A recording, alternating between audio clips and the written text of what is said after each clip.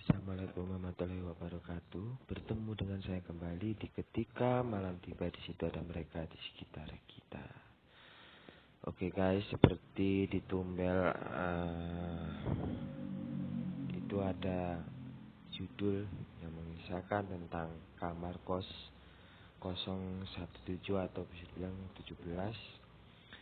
Sebelum aku memulai video aku, sebelum aku memulai cerita aku, untuk kalian boleh dong untuk kalian like, komen, dan juga share video saya. Dan jangan lupa subscribe video saya dan tekan tanda lonceng biar gak ketinggalan video terupdate dari saya. Dan satu hal lagi yang perlu kalian ingat adalah di video ini aku mendisclaimer, yaitu aku tidak akan menyebutkan nama kosan tersebut. Bahkan aku nggak akan menyebutkan lokasinya di mana. Jelas hanya kota saja yang saya sebutkan ya guys ya. Karena bersifat sangat privasi, dan sebelumnya saya sudah meminta izin kepada pihak kosan juga. Perlu diketahui lagi bahwa kamar 017 ini adalah bukan kamar yang aku tempati pada saat itu, tapi ada sesuatu di balik cerita ini. Pokoknya saksikan aja cerita aku sampai dari awal sampai habis biar kalian ngerti ceritanya. Jangan di skip, oke? So, gak usah lama-lama ini dia. Langsung kita masuk ke ceritanya. Ciao.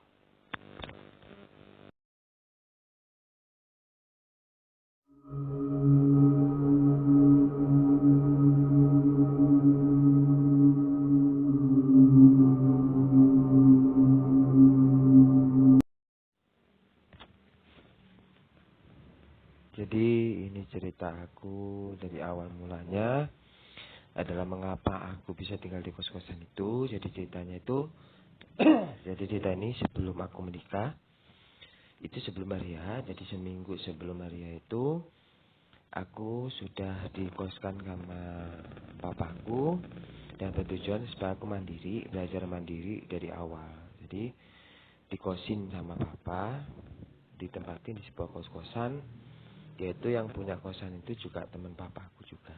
Dan ternyata di dalam kosan itu ada misterinya. Jadi cerita awalnya ini dari awal aku pertama masuk itu awalnya biasa aja, nggak ada apa-apa. Bahkan aku dulu pertama kali memang belum sampai jadi suami ya, sampai sekarang ini sudah jadi suami. Jadi dulunya itu memang sengaja kamar yang aku tempatin itu 004. Kamar nomor 4 yang aku tempatin itu di barisan paling depan dengan pagar ya, paling depan dengan pintu keluar dulu kamar saya. Nah, kenapa kok bisa ada di kamar 17 ya? Karena dulu ini ceritanya aku dipindahkan di situ karena sebuah kendala. Jadi pada aku malam itu, setelah aku naruh barang sama istri aku, kan itu diperuntukkan buat nanti, pada saat nanti setelah menikah sebenarnya. Ya pada saat malamnya aku kan habis pulang kerja, karena tempat kerjaku itu jadi deket gitu, jadi deket sama kosan ini. Jadi aku pulangnya nggak sampai capek-capek amat lah. Dulu kan lumayan jauh ya, lumayan sampai 1 jam gitu aku menempuh 1 jam perjalanan dari rumah ke tempat kerja.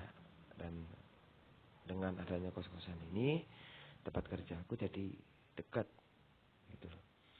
Nah setelah itu malamnya kan aku pulang, kan setiap hari aku pulang dulu jam 2 malam itu udah pulang, udah sampai kosan. Seperti biasa aku ganti baju, ganti celana, dan itu pun nggak keluar kemana-mana. Saat itu lagi minum aja, lagi cuci baju, karena pada saat itu emang subuh, mau menjelang subuh, jadi aku sempat untuk cuci baju. Nah pada saat itu perut aku lagi keroncongan ya, aku keluar dari kosan, aku kunci kosan itu. Nah Tadinya pada saat aku keluar itu, setelah keluar di cari makan ya, cari makan, aku balik ke kosan aku yang nomor 4 itu. Tiba-tiba nggak tahu kenapa, tadinya aku buka bisa, tapi setelah aku kunci, terus aku buka kembali kuncinya, aku buka kembali kuncinya, itu susah banget, nggak bisa dibuka, kayak kayak kunci dari dalam. Padahal kunci benar-benar aku pegang saat itu, dan itu pukul jam 3 pagi. Dan saat itu sontak sampai membangunkan semua penghuni kosan yang lain. Sampai akhirnya di satu ketika aku menelpon salah seorang yang punya kosan ini. Nah, aku nggak bisa sebutin namanya ya. Kita samarin aja namanya, kita sebut aja Mas Andi lah, kita sebut namanya Mas Andi. Mas Andi ini aku panggil, aku telepon, dan itu jam 3 pagi guys. Jam 3 pagi, dan saat itu pintu aku kunci ya. Saat itu pintu udah terkunci, nggak bisa dibuka. Jadi aku buka pakai kunci itu udah terbuka, posisinya udah terbuka tapi kayak terkunci di dalam. Akhirnya aku panggil si masnya ini yang punya kosan, nggak bisa buka juga. Akhirnya disinilah awal mula horornya terjadi. Karena pintu aku nggak bisa dibuka, jadi aku harus menempati kamar nomor 17, dan itu jarak dari kamar aku cukup jauh karena itu di pojok ya. Kamarnya pojok, deket dengan kamar kosong, dan itu nggak ada yang nempatin sama sekali, deket sama rel kereta juga. Jadi kelihatan berisik banget saat itu. Dan akhirnya berisik karena kereta, bukan berisik karena orang-orang ya, karena jam segitu udah pada tidur dan nggak ada yang bangun. Karena memang kosannya sangat tenang dan nggak pernah ada suara-suara orang ngobrol, bahkan nggak ada yang nongkrong aja, nggak ada di situ. Jadi yang nempatin kosan itu penghuninya ya sedikit. Apalagi di kamar pojok itu nggak pernah ada yang mau sewa, dan nggak pernah disewakan sama penghuninya. Nggak tahu kenapa aku dipindahin ke kamar itu. Nah, aku menempati kamar itu jam 3:30 menjelang subuh. Jadi pas saat itu aku dipindahin di situ sementara untuk manggil tukang kuncinya. Jadi tukang kuncinya ini datang setelah 1 hari kemudian. Itu baru datang. Jadi aku 1 hari tinggal di kosan itu. Ini beda dengan kamar aku yang tadinya kamar aku itu adem, walaupun ada kipasnya. Kamar aku juga ada kipasnya. Kamar nomor 4 itu juga ada kipasnya. Itu sangat adem kamarnya. Gak tahu kenapa ketika aku dipindahkan ke kamar pojok ini, kan harusnya adem juga, karena ada kipasnya, dan kipasnya memang cukup dingin. Pas aku setel kipasnya, karena itu hawanya panas ya, gak tahu kenapa panas. Udah hawa di ruangan itu udah rasanya panas banget. Panas, ditambah casan aku juga ketinggalan di sana. Aku jadi nggak ngecas akhirnya. Aku hidupin itu kipas angin, nggak tahu kenapa udara yang keluar dari kipas angin itu makin panas, padahal kipas anginnya bersih. Nah setelah itu aku, karena panas ya, aku berusaha untuk mandi. Aku murung nih mau mandi, jadi nggak jadi mandi karena pada saat aku buka kerannya, nggak tahu kenapa, pas aku buka kerannya aku jadi nggak mau mandi. Karena pas aku buka keran itu muncul binatang-binatang aneh. Dan itu muncul cacing, terus lintah. Pokoknya cacing-cacing tanah semua ada di situ semua. Nah, aku kaget kan, tuh kok bisa keluar kayak begitu? Kan logika. Air di situ kan airnya juga tandon semua kan. Airnya juga, ya kalau dihidupin airnya kan bisa itu, karena memang di situ kamar mandinya udaranya lembab, bisa dibilang sangat lembab, dan itu ada di pojok kamarnya. Dan kamar mandi itu nggak pernah dibuka sama sekali, apalagi kamarnya, jangankan kamarnya, kamar mandinya pun tertutup banget. Dan bak mandinya itu kering, nggak ada air sama sekali. Karena aku hidupin. Keluar kotoran itu semuanya, keluar kayak cacing, lumpur, campur apa namanya lintah itu keluar semuanya. Akhirnya aku nggak jadi mandi karena ngeri. Nah itu ditambah lagi aku dengar suara di dalam kamar mandi itu jam 4 subuh. Aku dengar suara di luar itu, suara berkumandang, suara azan. Tapi di sini kok suaranya jadi suara apa namanya orang kayak itu loh. Orang apa namanya? Kayak bernapas gitu. Bernapasnya tuh kayak gitu. Aku kira siapa gitu. Aku keluar, suara itu makin jelas. Aku ke dalam kamar mandi lagi. Suaranya nggak tahu kenapa suaranya makin lama makin kecil. Suaranya makin kecil. Aku keluar suaranya jelas. Tapi aku masuk lagi suaranya kecil lagi. Nggak tahu kenapa aku tengok ke atas. Kayaknya aku gak berasa aneh dan kayak punggung aku tuh kayak panas banget ketika aku noleh ke atas. Di atas aku itu ada kuntilanak, tapi kuntilanaknya beda banget yang aku lihat. Gak seperti kuntilanak yang pada umumnya. Kuntilanak pada dasarnya pada umumnya itu bajunya kan putih, rambutnya panjang, kan gitu. Matanya putih, ini enggak. Ini rambutnya panjang, matanya hitam, terus bajunya itu hitam. Bajunya hitam, rambutnya panjang, matanya hitam, terus mulutnya tuh mengeluarkan cairan hitam gitu. Cairan itu keluar sama seperti yang ada di keran gue. Sontak gue kaget. Gue tutup kamar mandi karena gue ngeliat menampakkan itu. Aku kunci kamar itu. Aku gak berani keluar.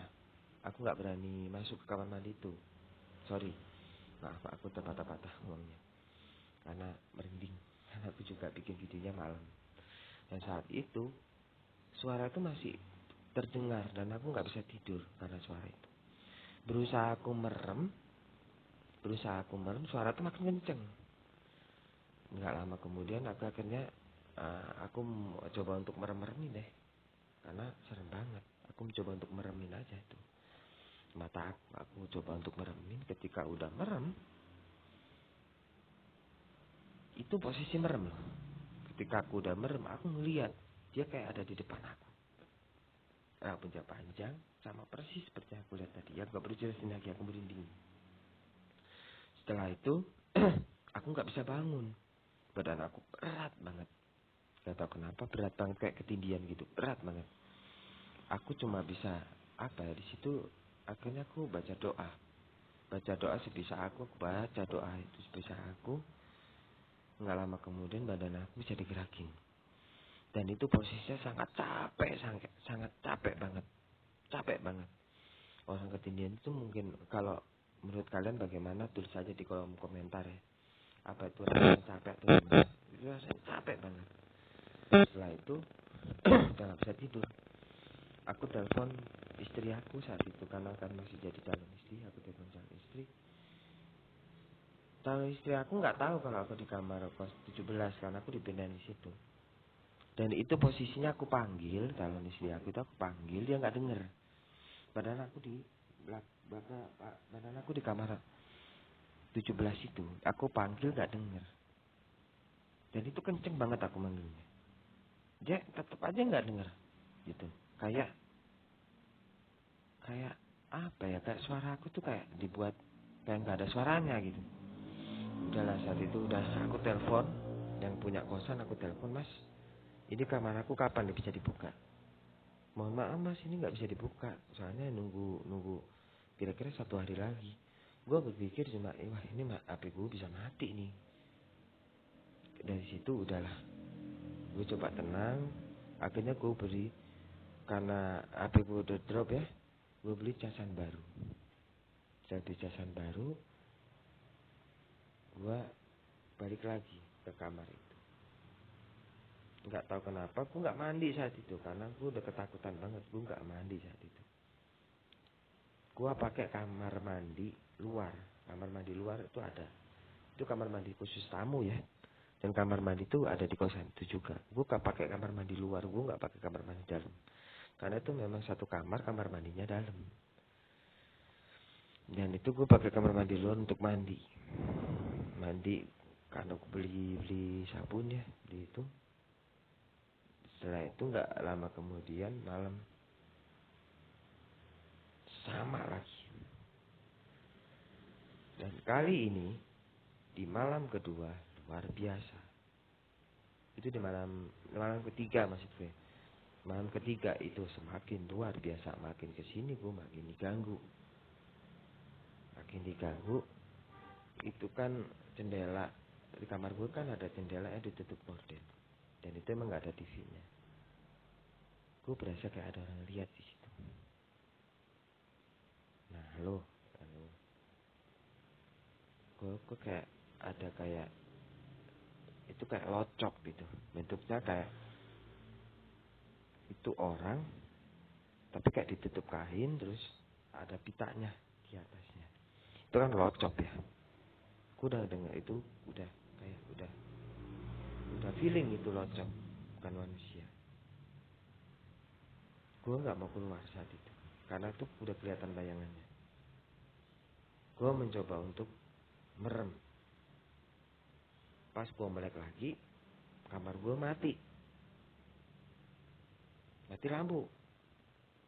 Ya, gue keluar dong. Siapa yang nggak takut tiba-tiba mati lampu? Dan itu cuma ada di kamar gue aja yang mati lampu, di kamar 17 itu. Di kamar lain enggak gitu loh. Anehnya di situ. Sampai akhirnya gue tidur di kalau bahasa Jawanya bayang itu apa ya? Bayang ya. Kayak tempat duduk tapi yang buat nongkrong itu. Gue tidur di situ, gue tidur di luar, deket sama kamar mandi. Gue tidur di situ karena gue nggak bisa tidur saat itu. Semalam gue nggak bisa tidur. Malam keempat pintu gue baru bisa dibuka karena ada tukang kunci dan datangnya pagi banget, jam 6 udah datang. Udah dibenain, gue tidur di situ. Gue tidur di situ, sempat gue kayak penasaran. Kok ada yang aneh. Tapi kalau gue kembali ke kamar gue gak ada apa-apa. Rasanya biasa aja. Dan di situ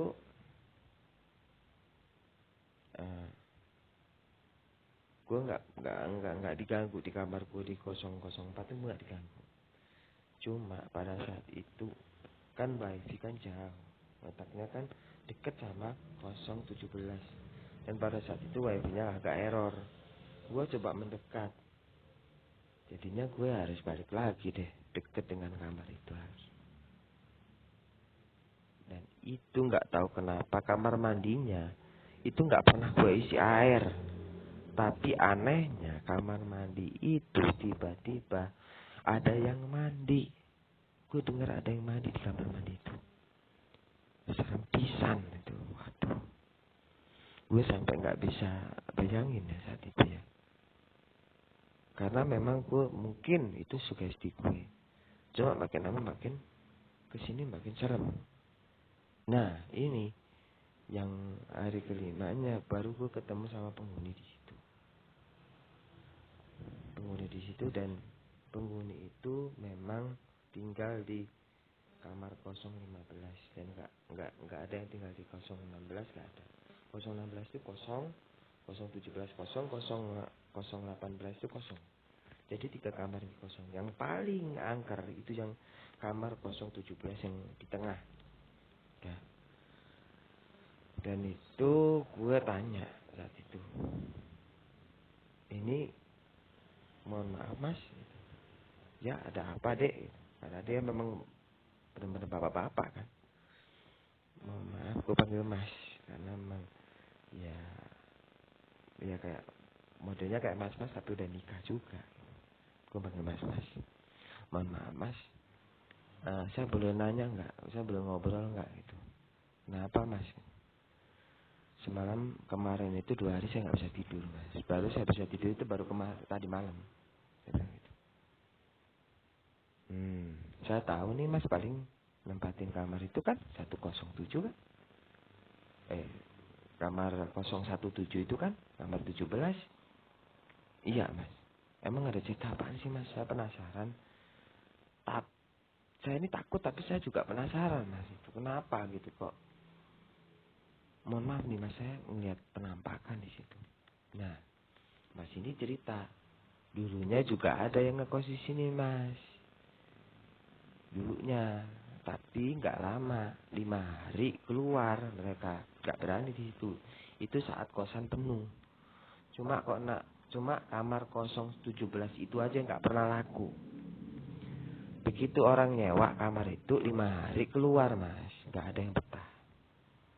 Nah, di situ lo berpikir itu nggak betahnya kenapa Mas? Mereka ngelihat, katanya mereka ngelihat sosok kuntilanak yang rambutnya panjang, bajunya hitam, ada di kamar mandi itu Mas. Nah, gue bilang itu yang sama yang kemarin Mas yang saya lihat, sosok perempuan itu. Dan dia itu lagi kayang di dinding di langit-langit kamar mandi Mas. Oh itu benar katanya dia. Dibenarkan sama itu orang. Makin merinding gue di situ.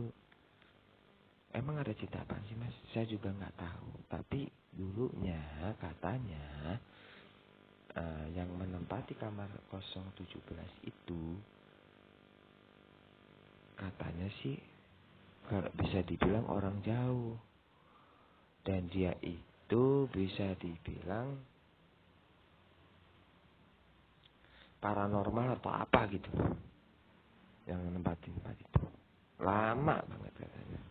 Dan saya tahu itu dia tinggal di kamar itu. Semenjak dia tinggal di kamar itu, suasana itu jadi berubah Mas. Deretan kamar kita itu semua pada dihantuin. Gitu ceritanya. Dan akhirnya karena bapak ini sudah merasa dicurigain sama beberapa orang di situ, bapak ini pergi. Ada sesuatu, cuma mereka nggak menjelaskan bapak ini apa paranormal kayak dukun apa enggak. Cuma kayak ada yang curiga katanya di kamar itu. Sebab curiga sama bapak-bapak itu. Gak lama bapak itu kabur. Gitu. Gak lama setelah itu bapak itu karena sudah merasa dicurigai sama penghuni di situ, dia buru-buru cabut dari situ, check out. Nah, dan itu nggak hanya terjadi ini aja loh. Setelah aku menikah, aku tempati sama istri, malah lebih luar biasa loh. Itu aku nggak menempati kamar 017 ya, tapi istri aku malah kebawa ke kamar itu. Gak tahu kenapa katanya seolah-olah dia bermimpi kayak dipindahin di kamar pojok. Dan dia katanya dilihatin sosok locop alias Opo, Oco. Gue paling benci sama hantu ini ya. Bukan benci, tapi gue paling takut sama hantu ini. Jujur li, sampai gue bikin video ini aja gue gak berani sebut namanya. Karena jujur gue takut banget. Itu yang pertama. Yang kedua adalah itu berkali-kali istri aku mimpi kayak begitu. Dia ditemui sama locop, tapi locopnya ini warnanya hitam katanya. Serius bun? Iya serius ya, aku gak bohong. Padahal yang kemarin itu yang aku lihat di pojok yang kemarin itu di kamar yang 017 itu kuntilanak bajunya hitam. Ini kenapa jadi locop hitam gitu? Beneran aku gak bohong. Dari situ setelah itu gak tahu berapa lama ya, 1 minggu kita nempatin kosan itu kan gak pulang ke rumah. Istri aku sakit 2 hari 3 hari sakit di kosan itu, gak sembuh. Karena dia gak kuat akhirnya aku bawa pulang. Karena sakitnya udah makin parah aku bawa pulang. Nah dilalah nih, Ketika aku bawa pulang ke rumah, pada saat aku bawa pulang ke rumah istri saya, tiba-tiba sembuh. Kan aneh gitu, ada yang aneh, berarti ada yang aneh dengan kamar ini. Semenjak itu istri saya nggak mau balik ke kosan itu. Jadinya saya cuma balik ke kosan itu cuma ngabisin itu aja, ngabisin waktu aja. Di situ paling enggak wifi-an doang. Jam 8 pulang saya. Nggak berani ke kosan itu. Dan akhirnya sekarang udah nggak saya kontrak lagi. Karena ada masalah. Memang kamarnya bermasalah. Makin serem lagi. Itu makin malam pada saat itu. Gue jemput istri gue jam 10 kan. Janjinya.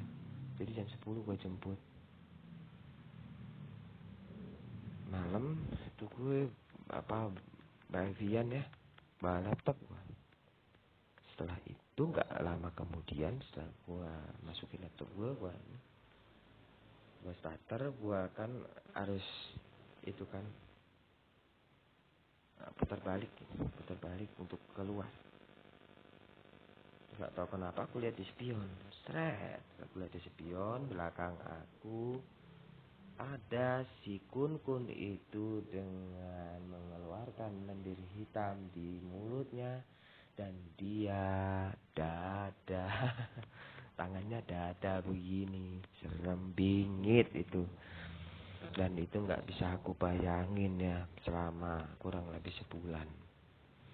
Sampai di situ gangguan itu terus terasa dan sampai bikin gua merinding. Dan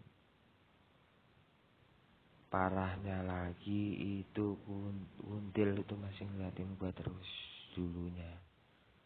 Gua masih nempatin kosan itu, dia masih nampak. Terlebih lagi gue sering emosi di situ. Nggak tahu kenapa gue emosi banget sama istri gue. Padahal nggak pernah gue emosi.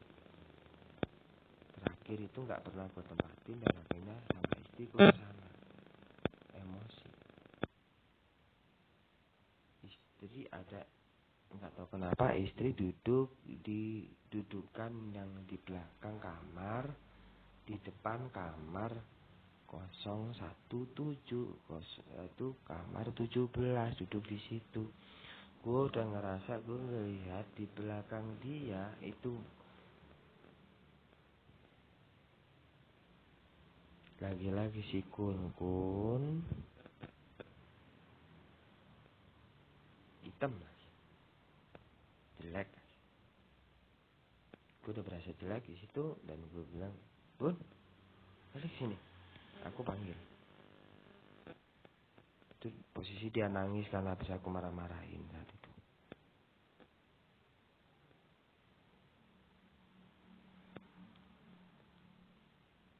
Aku akhirnya dia untuk kamu jangan sana, aku lihat sesuatu. Udah gitu. Emang kamu lihat apaan? Aku jelasin saat itu. Si istri aku akhirnya shock di situ. Kembali lagi. Dan aku nggak bisa sepil foto ya. Karena dulu aku pernah memfoto dan aku hapus karena aku ketakutan. Sampai di rumah aku nggak berani buka foto itu. Akhirnya aku hapus. Aku buktikan kalau itu memang benar-benar dia, mungkin dia akan nampak di foto aku. Ternyata saat aku jepret pakai foto aku, muncul si penampakan. Wow. Dan itu penampakannya kalian tahu sendiri lah, nggak usah aku sebutin. Jadi dari situ aku nggak pernah nempatin kamar kos aku itu. Sampai akhirnya aku dengar cerita juga bahwa di belakang kosan itu ada rel kereta. Dan dulu rel kereta itu adalah tempat kecelakaan. Tempat perempuan bunuh diri di rel kereta itu, ditabrak sama keretanya sampai hancur badannya. Itu kisah dari perempuan hitam itu katanya. Gue nggak tahu itu benar atau tidaknya. Dan apakah ada sosok makhluk kun yang memakai dress hitam itu? Apakah kalian pernah menemukan sosok kun yang satu ini? Coba kalian komen deh di bawah ya. Oke, segitu aja, singkat banget cerita gue. Sebenarnya ya sebenarnya aku tambahkan, tapi ini berhubung udah malam, jadi makin lama makin serem nih cerita ya. Gitu aja aku sampaikan, cerita ini aku anggap tamat.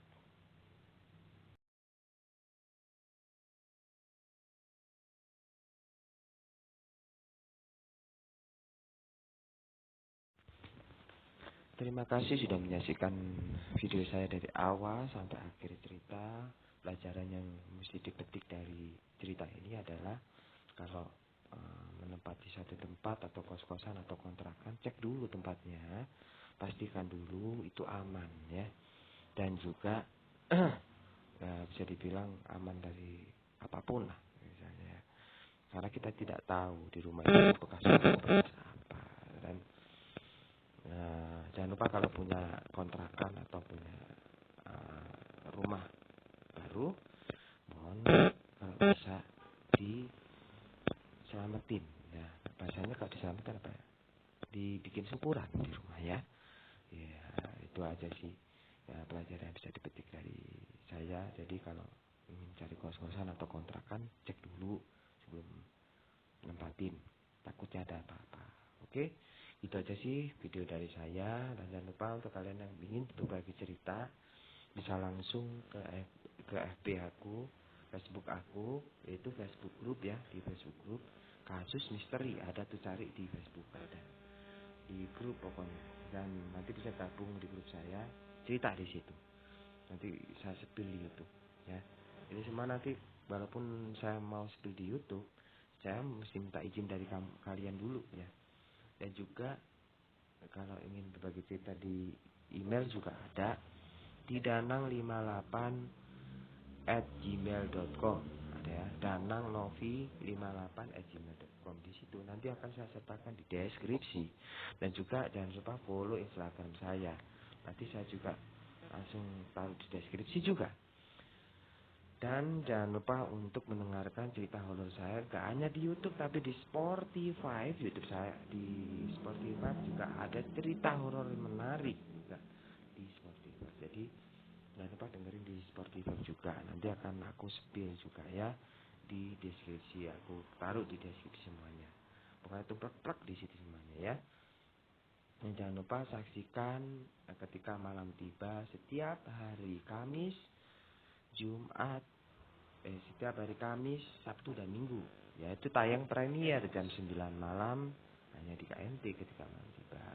Ya, oke guys, segitu aja video dari saya. Sampai jumpa dan selamat malam. Di ketika malam tiba, di situ ada mereka di sekitar kita. Sampai jumpa. Assalamualaikum warahmatullahi wabarakatuh. Kita ketemu lagi di episode selanjutnya. Ciao.